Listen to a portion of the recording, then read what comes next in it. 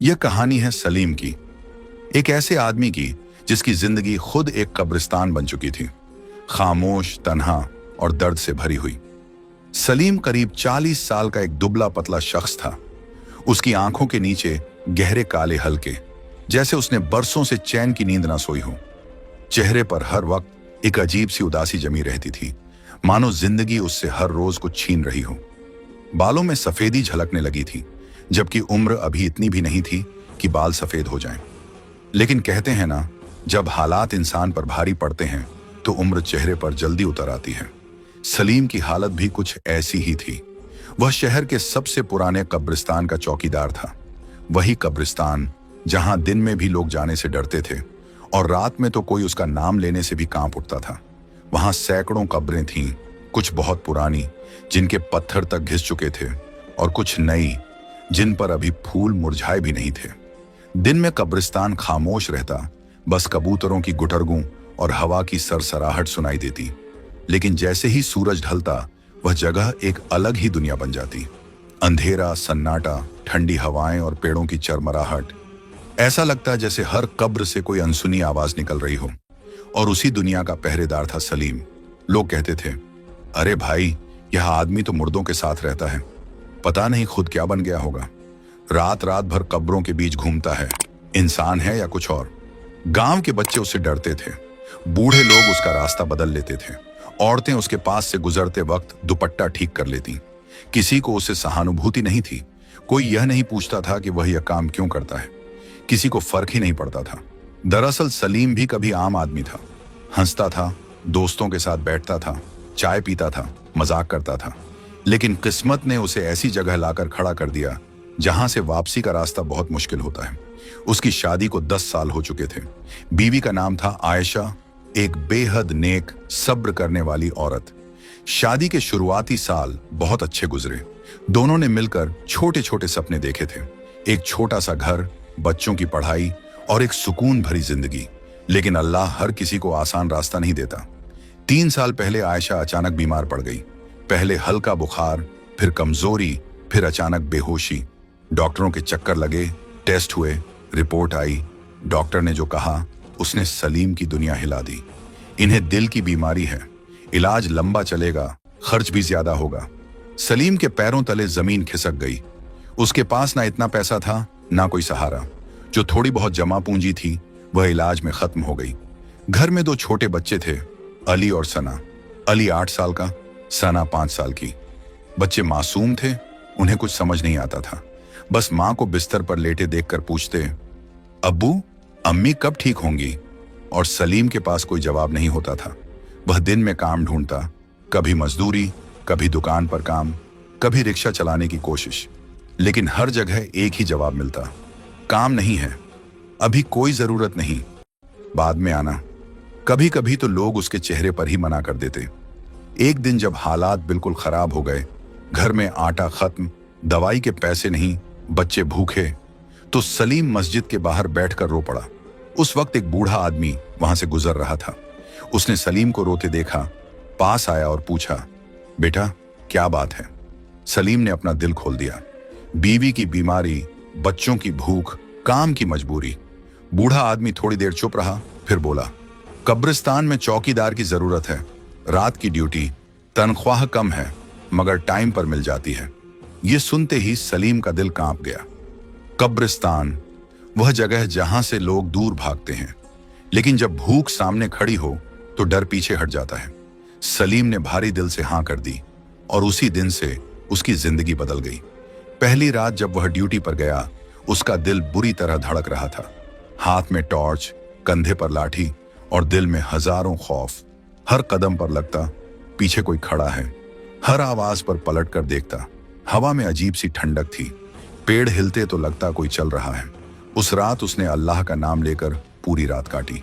धीरे धीरे वह उस माहौल का आदी हो गया, लेकिन लोग उसे कभी अपनाए नहीं। दिन में जब वह घर लौटता तो मोहल्ले वाले ऐसे देखते जैसे वह कोई अलग ही प्राणी हो। ये वही है ना जो कब्रिस्तान में रहता है? इसके पास से गुजरते वक्त बचकर रहना, पता नहीं इस पर क्या असर पड़ा होगा। इन बातों ने सलीम को अंदर से तोड़ दिया। वह सोचता, मैं क्या करूं? घर छोड़ दूं, बच्चों को भूखा रखूं? वह हर रात कब्रिस्तान जाता, लेकिन दिल में दर्द लेकर। कभी कभी किसी नई कब्र के पास रुक जाता, सोचता यह भी कभी किसी का अपना होगा, किसी की माँ, किसी का बाप, किसी का बेटा। आज सब मिट्टी के नीचे। वह दुआ करता, या अल्लाह मेरी बीवी को सलामत रख, मेरे बच्चों को अनाथ मत करना। वह कब्रों से बात करता, क्योंकि उसे वहां इंसानों से ज्यादा अपनापन महसूस होता था। एक रात जब वह गश्त कर रहा था, उसने एक नई कब्र देखी। उस पर कोई फूल नहीं था, कोई नाम नहीं लिखा था, बस मिट्टी ताजा थी। सलीम वहीं बैठ गया। अजीब बात है, इतनी जल्दी लोग भूल जाते हैं। उसकी आंखों में आंसू आ गए। उसी वक्त उसे आयशा का ख्याल आया। अगर उसे कुछ हो गया तो? उसने तुरंत दुआ की, या रब मेरे बच्चों को मां से मत छीन। रात गहरी होती गई। सलीम थका हुआ था। वह अपनी छोटी सी चौकी पर बैठ गया। वहां एक पुरानी सी कुर्सी थी और एक टूटा हुआ टेबल। वह टॉर्च बंद करके आसमान देखने लगा। सितारे चमक रहे थे। उसे लगा जैसे कोई कह रहा हो, हर अंधेरे के बाद उजाला आता है। लेकिन उसे यकीन नहीं हो रहा था। उसकी जिंदगी में तो अंधेरा ही अंधेरा था। घर पहुंचकर वह बच्चों को सोता देखता। आयशा दर्द से कराह रही होती। वह दवाई देता, पानी पिलाता और चुपचाप बैठ जाता। कभी कभी वह बाथरूम में जाकर रोता ताकि बच्चे ना देख लें। वह खुद से सवाल करता, मैं इतना बेबस क्यों हूं? मेरी गलती क्या है? लेकिन कोई जवाब नहीं मिलता। दिन गुजरते गए। सलीम की जिंदगी एक ही ढर्रे पर चल रही थी। दिन में घर, रात में कब्रिस्तान। हंसना भूल चुका था। एक दिन उसका बेटा अली बोला, अब्बू आप हमेशा उदास क्यों रहते हो? सलीम चुप रह गया। उसके पास कोई जवाब नहीं था। उस रात जब वह कब्रिस्तान गया, उसका दिल बहुत भारी था। उसे नहीं पता था कि आज की रात उसकी जिंदगी बदलने वाली है। वह नहीं जानता था कि कब्रों के इस सन्नाटे में कोई उसे पुकारने वाला है, कोई ऐसा जो उसके दर्द को समझेगा। यहीं से शुरू होने वाला था एक ऐसा रहस्य जो उसकी किस्मत पलट देगा। उस रात सलीम जब कब्रिस्तान पहुंचा तो उसके कदम पहले से ज्यादा भारी थे। दिल में अजीब सा बोझ था, जैसे कोई अनजाना डर उसकी रगों में दौड़ रहा हो। हवा में ठंडक थी, लेकिन आज वह ठंड अलग लग रही थी, जैसे किसी ने बर्फीली सांसें उस जगह पर छोड़ दी हों। आमतौर पर सलीम हर रात अल्लाह का नाम लेकर अंदर जाता था, लेकिन आज उसके होंठ खुद ब खुद सूख गए थे।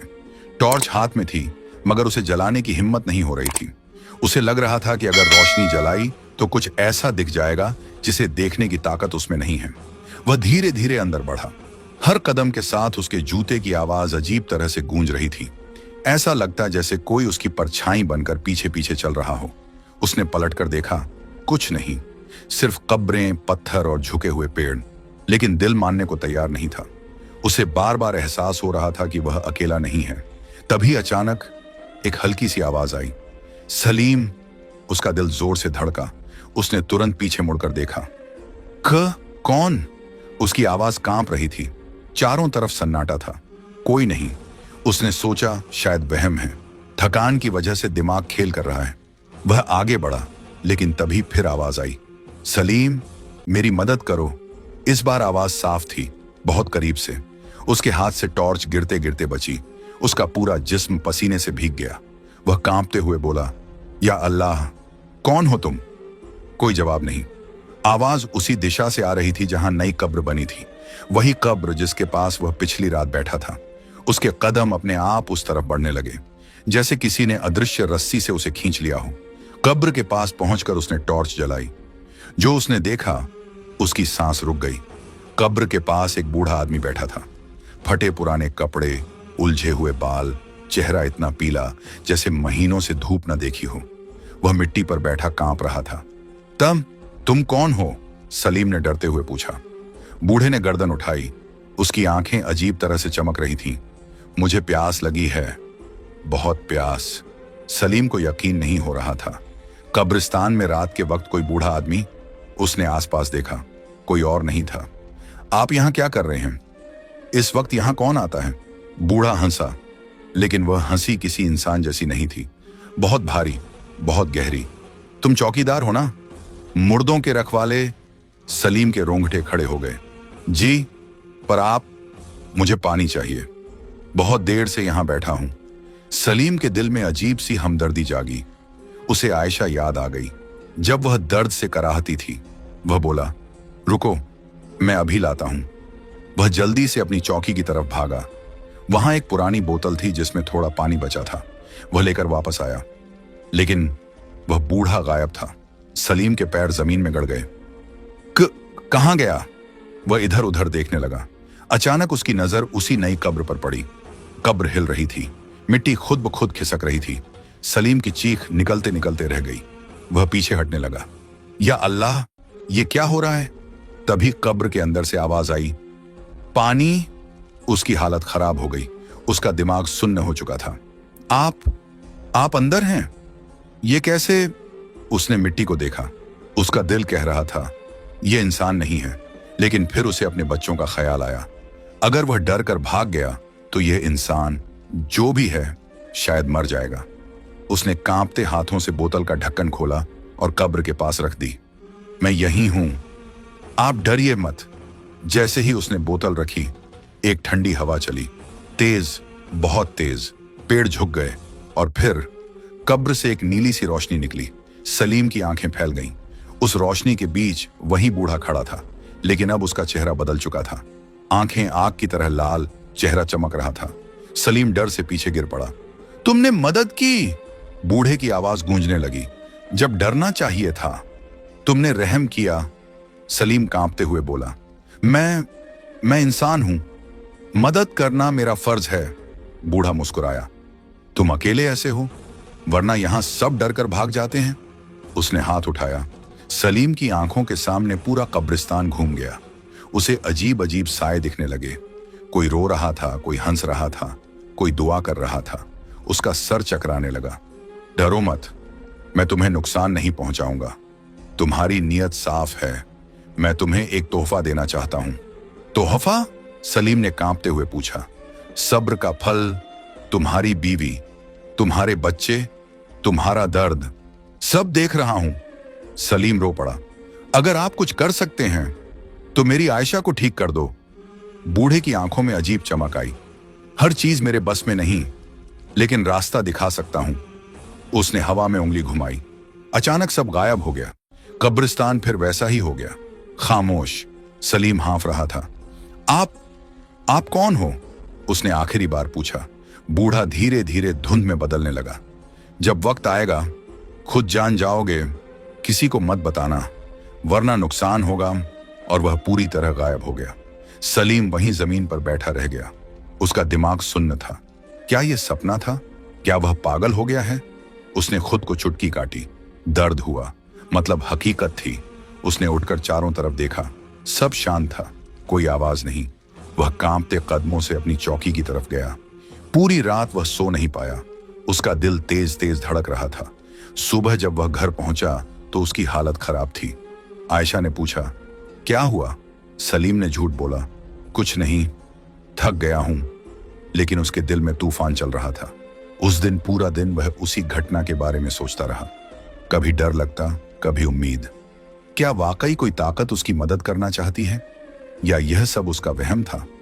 रात फिर आ गई। उसका दिल नहीं चाह रहा था कब्रिस्तान जाने का, लेकिन मजबूरी थी। वह गया। उसने पूरी रात उसी कब्र के आसपास गश्त की, लेकिन कुछ नहीं हुआ। ना आवाज, ना रोशनी। वह थोड़ा सुकून महसूस करने लगा। शायद सच में वहम था। लेकिन तीसरी रात कुछ और हुआ। कब्रिस्तान के कोने से किसी औरत के रोने की आवाज आई, बहुत दर्द भरी। मेरे बच्चे, मेरे बच्चे। सलीम दौड़कर उस तरफ गया, लेकिन वहां कोई नहीं था, बस खाली कब्रें। अचानक पीछे से आवाज आई, तुम फिर आ गए। वह पलटा। वही बूढ़ा। अब उसका चेहरा और भी डरावना था। डरो मत, इम्तिहान अभी बाकी है। सलीम की सांस अटक गई। इम्तिहान? किस बात का? बूढ़ा पास आया। उसकी आंखों में अजीब सी गहराई थी, सब्र का और यकीन का। जो आज देखा वह शुरुआत है। अभी बहुत कुछ बाकी है जो तुम्हारी जिंदगी बदल देगा। और फिर तेज हवा चली, सब कुछ अंधेरा। सलीम की आंखें बंद हो गईं। जब उसने आंखें खोली, वह अकेला था। कोई नहीं, सिर्फ कब्रें और दिल में एक डर जो अब उम्मीद में बदल रहा था। उसे समझ आ गया था, यह कोई आम मामला नहीं। उसकी जिंदगी में कोई बहुत बड़ा राज खुलने वाला है, और वह राज कब्रिस्तान की मिट्टी में छुपा है। उस रात सलीम कब्रिस्तान से घर लौटा तो उसकी हालत किसी बीमार इंसान जैसी थी। चेहरे से खून उतर चुका था, आंखें लाल थीं और जिस्म में जैसे जान ही नहीं बची थी। उसने बच्चों को सोता हुआ देखा। आयशा दर्द से करवट बदल रही थी। उसका दिल भर आया। वह चुपचाप पास बैठ गया और उसकी पेशानी पर हाथ रखा। उसकी बीवी ने कमजोर सी आवाज में कहा, आज बहुत थक गए हो ना? सलीम ने सिर हिलाया लेकिन कुछ बोला नहीं। वह नहीं चाहता था कि वह डरे, मगर उसके अंदर तूफान मचा हुआ था। बार बार वही बूढ़ा, वही आवाजें, वही रोशनी उसकी आंखों के सामने घूम रही थी। क्या सच में वह कोई आम इंसान नहीं था? क्या वह जिन्न था, या कोई रूह, या फिर अल्लाह की तरफ से भेजा हुआ कोई रहस्यमयी पैगाम? सलीम उस रात सो नहीं पाया। पूरी रात करवटें बदलता रहा। सुबह जब फजर की अजान हुई तो वह उठ बैठा, वजू किया, नमाज पढ़ी और रो रो कर दुआ मांगी। या अल्लाह, अगर ये सब तेरी तरफ से है तो मुझे रास्ता दिखा, और अगर ये शैतान का धोखा है तो मुझे इससे बचा ले। उसकी आंखों से आंसू बहते रहे। दिल में एक डर था, लेकिन उससे भी ज्यादा एक उम्मीद कि शायद अल्लाह उसकी सुन रहा है। नमाज के बाद वह बच्चों के लिए चाय बनाने उठा। तभी आयशा ने अचानक आवाज दी, सलीम। उसकी आवाज में कुछ बदला हुआ था। सलीम दौड़कर उसके पास गया। उसने देखा आयशा बिस्तर पर बैठी हुई थी। पिछले 3 साल से जो औरत उठ नहीं पाती थी, आज वह खुद बैठी थी। सलीम की आंखें फटी की फटी रह गईं। तुम बैठ कैसे गई? आयशा खुद भी हैरान थी। उसने कहा, मुझे पता नहीं, आज सुबह उठी तो लगा सीने में दर्द कम है और चक्कर भी नहीं आए। सलीम की आंखों में आंसू आ गए। उसका दिल जोर जोर से धड़कने लगा। क्या यह उसी रात की वजह से हुआ? क्या वह बूढ़ा सच में कोई करामत था? वह जल्दी से डॉक्टर के पास ले गया। डॉक्टर ने चेकअप किया, नए टेस्ट करवाए। रिपोर्ट आई तो डॉक्टर खुद हैरान रह गया। ये तो मिरेकल है। बीमारी बहुत कंट्रोल में आ गई है। अब ऑपरेशन की जरूरत नहीं। सलीम की आंखों से आंसू बहने लगे। वह डॉक्टर के सामने ही सजदे में गिर पड़ा। शुक्र है मेरे अल्लाह का। वह समझ गया था यह कोई इत्तेफाक नहीं था। कुछ तो हुआ है, कुछ जो उसकी समझ से बाहर है। अगली रात जब वह कब्रिस्तान गया तो उसके दिल में डर से ज्यादा जिज्ञासा थी। वह उसी नई कब्र के पास जाकर खड़ा हो गया जहां वो बूढ़ा दिखाई दिया था। उसने धीमी आवाज में कहा, अगर आप मुझे सुन सकते हैं तो सामने आइए। चारों तरफ सन्नाटा, ठंडी हवा। कुछ सेकंड बीते, फिर अचानक मिट्टी हिली, वही नीली रोशनी फैली। बूढ़ा फिर सामने खड़ा था, लेकिन इस बार उसका चेहरा नरम था। आंखों में डर नहीं बल्कि अपनापन था। तुमने देख लिया ना? उसने कहा। तुम्हारी बीवी अब बेहतर है। सलीम कांपते हुए बोला। आप कौन हैं? क्या आप जिन्न हैं? बूढ़ा हल्की मुस्कान के साथ बोला, हाँ, लेकिन वैसा नहीं जैसा तुम सोचते हो। हम सब बुरे नहीं होते। मैं उस कौम से हूं जो इंसानों की मदद करती है जब इंसान सच्चे दिल से नेकी करता है। सलीम का दिमाग सुन्न हो गया। जिन्ना ना, लेकिन डर नहीं लगा, अजीब सुकून था। आपने मेरी मदद क्यों की? उसने पूछा।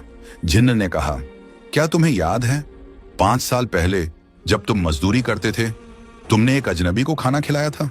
सलीम सोच में पड़ गया। फिर उसे याद आया। एक रात वह काम से लौट रहा था। स्टेशन के पास एक आदमी भूखा पड़ा था। सब लोग उसे पागल समझकर भाग रहे थे। सलीम ने अपनी जेब में रखे आखिरी पैसे से उसे रोटी खरीदी थी। जिन्न बोला, वह मैं था, इंसानी शक्ल में। तुम्हारी उस नेकी ने मेरे दिल को छू लिया। तब से मैं तुम्हें देख रहा हूं। सलीम की आंखें भर आईं। उसे यकीन नहीं हो रहा था कि उसकी एक छोटी सी मदद इतनी बड़ी वजह बन जाएगी।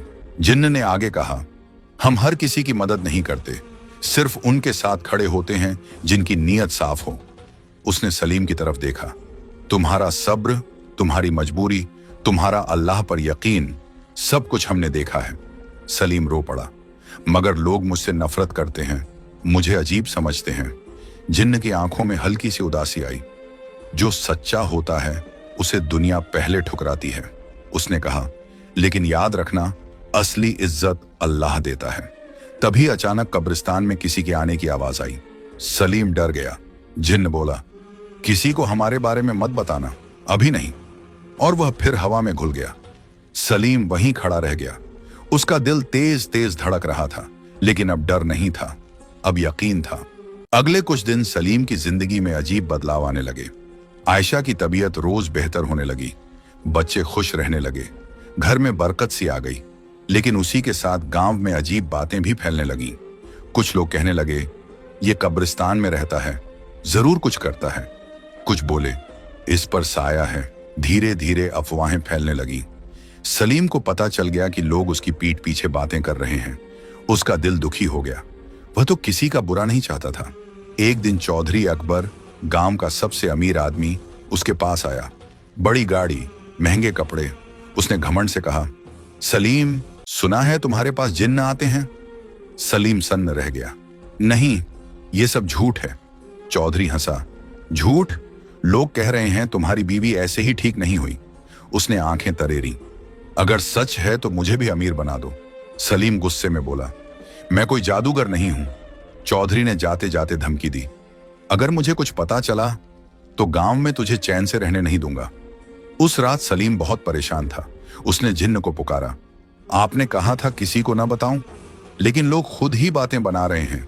जिन्न फिर सामने आया। यही इम्तिहान है, उसने कहा। सच का रास्ता आसान नहीं होता। सलीम बोला, चौधरी अकबर मुझे बदनाम करना चाहता है। जिन्न की आंखों में आग सी जल उठी।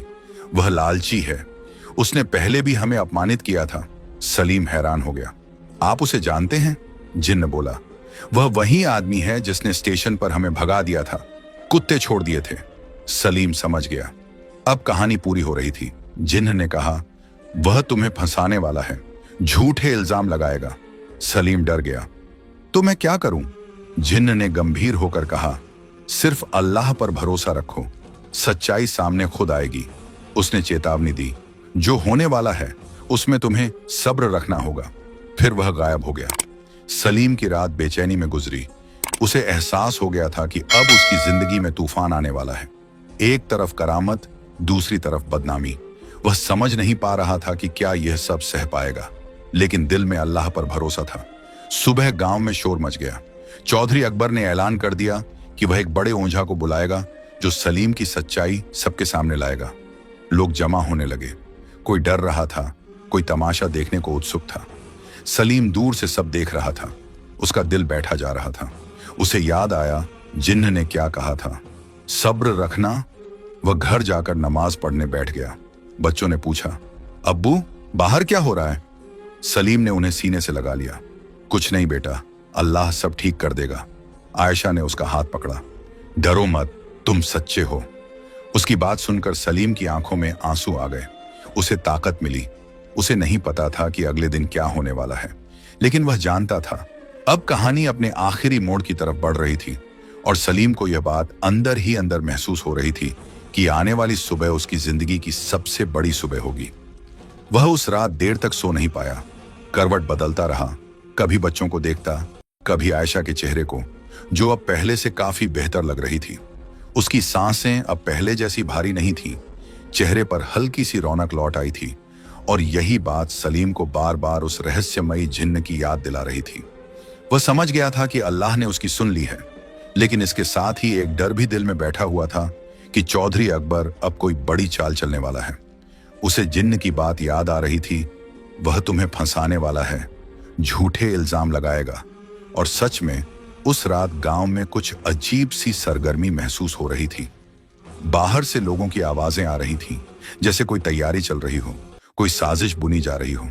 सुबह फजर की अजान से पहले ही सलीम की आंख खुल गई। उसने वजू किया, नमाज पढ़ी और देर तक सजदे में पड़ा रहा। उसके होंठों से सिर्फ एक ही दुआ निकल रही थी, या अल्लाह, आज जो भी होने वाला है मुझे सब्र और हिम्मत देना। नमाज के बाद जब वह उठा तो देखा आयशा उसे चुपचाप देख रही थी। उसकी आंखों में डर भी था और भरोसा भी। उसने धीरे से पूछा, आज कुछ होने वाला है ना? सलीम ने झूठ नहीं बोला, बस इतना कहा, जो भी होगा अल्लाह की मर्जी से होगा। बच्चों को उसने सीने से लगाया, उन्हें दुआ दी और बाहर निकल पड़ा। उसका दिल तेज धड़क रहा था, लेकिन कदम डगमगा नहीं रहे थे। बाहर निकलते ही उसने देखा कि गांव के चौक पर भीड़ जमा हो रही है। चौधरी अकबर वहां खड़ा था, बड़ी शान से। उसके चेहरे पर वही पुरानी चालाक मुस्कान। उसके साथ एक शहर से आया हुआ आदमी था, लंबा कद, काली पोशाक, आंखों में सुरमा, गले में ताबीज और हाथ में लकड़ी का डंडा। गांव वालों को देखते ही समझ आ गया कि यही वह ओंझा है जिसके बारे में चौधरी कल से ढिंढोरा पीट रहा था। चौधरी ने ऊंची आवाज में कहा, आज सबको सच्चाई दिखेगी, आज पता चलेगा कि यह कब्रिस्तान वाला असल में कौन है। भीड़ में फुसफुसाहट फैल गई। कुछ लोग डर गए, कुछ तमाशा देखने के लिए आगे बढ़े। सलीम चुपचाप खड़ा रहा। उसकी आंखों में न गुस्सा था न डर, बस एक गहरा सुकून था, जैसे वह अंदर से पूरी तरह तैयार हो चुका हो। ओंझा बीच में आकर खड़ा हुआ, आंखें बंद की और अजीब अजीब मंत्र पढ़ने लगा। वह झूमने लगा जैसे किसी चीज के असर में हो। अचानक उसने जोर से चीखते हुए कहा, इस आदमी पर साया है, ये कब्रिस्तान में जिन्हों से मिलता है, इसी वजह से इसकी बीवी अचानक ठीक हो रही है। ये सब काला जादू है। उसकी आवाज सुनते ही भीड़ में खलबली मच गई। कुछ औरतें डर कर पीछे हट गईं, बच्चे मांओं से चिपक गए। चौधरी अकबर ने मौके का फायदा उठाया और चिल्लाया, देखा, मैंने पहले ही कहा था, ये हम सबको धोखा दे रहा है। कुछ नौजवान गुस्से में सलीम की तरफ बढ़े, लेकिन वह वहीं खड़ा रहा, जैसे कोई तूफान उसके सामने आकर रुक गया हो। तभी अचानक आसमान पर बादल घिर आए, जबकि सुबह बिल्कुल साफ थी। ठंडी हवा तेज चलने लगी, पेड़ झुकने लगे और कब्रिस्तान की तरफ से अजीब सी सरसराहट आने लगी। ओंझा की आवाज अचानक लड़खड़ा गई। उसके हाथ से डंडा गिर पड़ा। वह कांपने लगा। ये क्या है? उसने डरते हुए कहा। तभी हवा में एक भारी आवाज गूंजी, झूठ बोलना बंद कर। पूरी भीड़ सन्न रह गई। कोई समझ नहीं पाया आवाज कहां से आ रही है। दूसरी आवाज आई, जिसने खुद गुनाह किए वो आज नेक इंसान पर इल्जाम लगा रहा है। चौधरी अकबर का चेहरा सफेद पड़ गया। उसकी टांगें कांपने लगीं। उसने चारों तरफ देखा। कौन है? सामने आओ। ठंडी हवा और तेज हो गई। कब्रिस्तान की तरफ से नीली सी हल्की रोशनी फैलने लगी, लेकिन इस बार कोई शक्ल नजर नहीं आ रही थी, सिर्फ आवाजें थीं। सलीम ने कभी किसी का बुरा नहीं चाहा। इसकी नीयत साफ है, यह सिर्फ अपने रब पर भरोसा करता है। यह आवाज वही थी जिसे सलीम पहचानता था। उसका दिल भर आया। उसने नजरें झुका ली। लेकिन तू, आवाज चौधरी की तरफ मुड़ी, तू लालच और जलन में अंधा हो चुका है। तूने एक बेगुनाह को बदनाम किया और पहले भी तूने हमारी बेइज्जती की थी। यह सुनते ही गांव के कुछ बूढ़ों को सालों पुरानी बात याद आ गई। स्टेशन वाली घटना, जब एक गरीब आदमी को कुत्तों से भगाया गया था। लोग अब चौधरी की तरफ शक की नजर से देखने लगे। तभी पुलिस की गाड़ी वहां आकर रुकी। दरअसल गांव के एक समझदार बुजुर्ग ने पहले ही पुलिस को खबर कर दी थी, क्योंकि उसे चौधरी की नीयत पर शक था। पुलिस वालों ने आते ही ओझा को पकड़ा। उसके बैग से ताबीज, नकली किताबें और पैसे निकले। ओझा घबरा गया और सच उगल दिया, मुझे चौधरी ने पैसे दिए थे, मुझे बस ड्रामा करना था। यह सुनते ही भीड़ में गुस्सा फूट पड़ा। सब चौधरी अकबर की तरफ देखने लगे। पुलिस ने उसे सख्ती से पूछा, तुमने झूठी शिकायत क्यों की? चौधरी हकलाने लगा, मैं बस। लेकिन उसके पास कोई जवाब नहीं था। अब सलीम आगे बढ़ा। उसने पहली बार ऊंची आवाज में कहा, बस करो। सब चुप हो गए। तुमने मुझे बदनाम किया, मेरे बच्चों को डराया, मेरी बीमार बीवी पर उंगलियां उठाई, लेकिन फिर भी। उसकी आवाज कांप गई। मैं तुम्हें माफ करता हूं। लोग हैरान रह गए। चौधरी की आंखों से आंसू निकल आए। वह जमीन पर गिर पड़ा। मुझे माफ कर दो, मैं जलन में अंधा हो गया था। सलीम ने उसे उठाया और कहा, माफी का मतलब यह नहीं कि गुनाह खत्म हो जाता है, इंसाफ अपना काम करेगा। उसने पुलिस की तरफ देखा। पुलिस ने चौधरी को गिरफ्तार कर लिया। हवा धीरे धीरे शांत हो गई। बादल हट गए।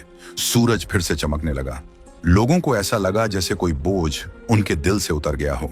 सलीम के कानों में फिर वही जानी पहचानी आवाज आई, लेकिन इस बार बहुत नरमी से, तुमने आज साबित कर दिया कि असली ताकत माफी में होती है। अब तुम्हें हमारी जरूरत नहीं, तुम्हारी हिफाजत खुद अल्लाह करेगा। सलीम की आंखों से आंसू बह निकले। उसने दिल ही दिल में शुक्र अदा किया। वह जानता था कि यह उसकी जिंदगी का सबसे बड़ा इम्तिहान था, जो अब खत्म हो चुका था। उस दिन के बाद गांव बदल गया। लोग अब सलीम को डर से नहीं, इज्जत से देखने लगे। जो कल तक पीठ पीछे बातें करते थे, आज उसके सामने झुककर सलाम करते थे। आयशा पूरी तरह ठीक हो गई। बच्चे स्कूल जाने लगे। सलीम अभी कब्रिस्तान की नौकरी करता था, लेकिन उसके लिए वह सिर्फ नौकरी नहीं बल्कि इबादत बन गई थी। वह हर रात कब्रों के बीच खड़ा होकर दुआ करता और अल्लाह का शुक्र अदा करता कि उसने उसे इस अंधेरे से निकालकर उजाले तक पहुंचा दिया। और इस तरह कब्रिस्तान का वह खामोश चौकीदार जिसे लोग कभी अजीब समझते थे, एक मिसाल बन गया। उसकी कहानी हर किसी को यही सिखाती है कि अगर दिल साफ हो, नीयत नेक हो और भरोसा सिर्फ अल्लाह पर हो, तो कोई साजिश, कोई झूठ, कोई ताकत इंसान को गिरा नहीं सकती। नेकी कभी बेकार नहीं जाती और सब्र का फल हमेशा मीठा होता है। अगर आपको हमारी आज की यह कहानी अच्छी लगी हो तो चैनल को सब्सक्राइब करें और कमेंट में हमें जरूर बताएं कि यह कहानी आपको कैसी लगी।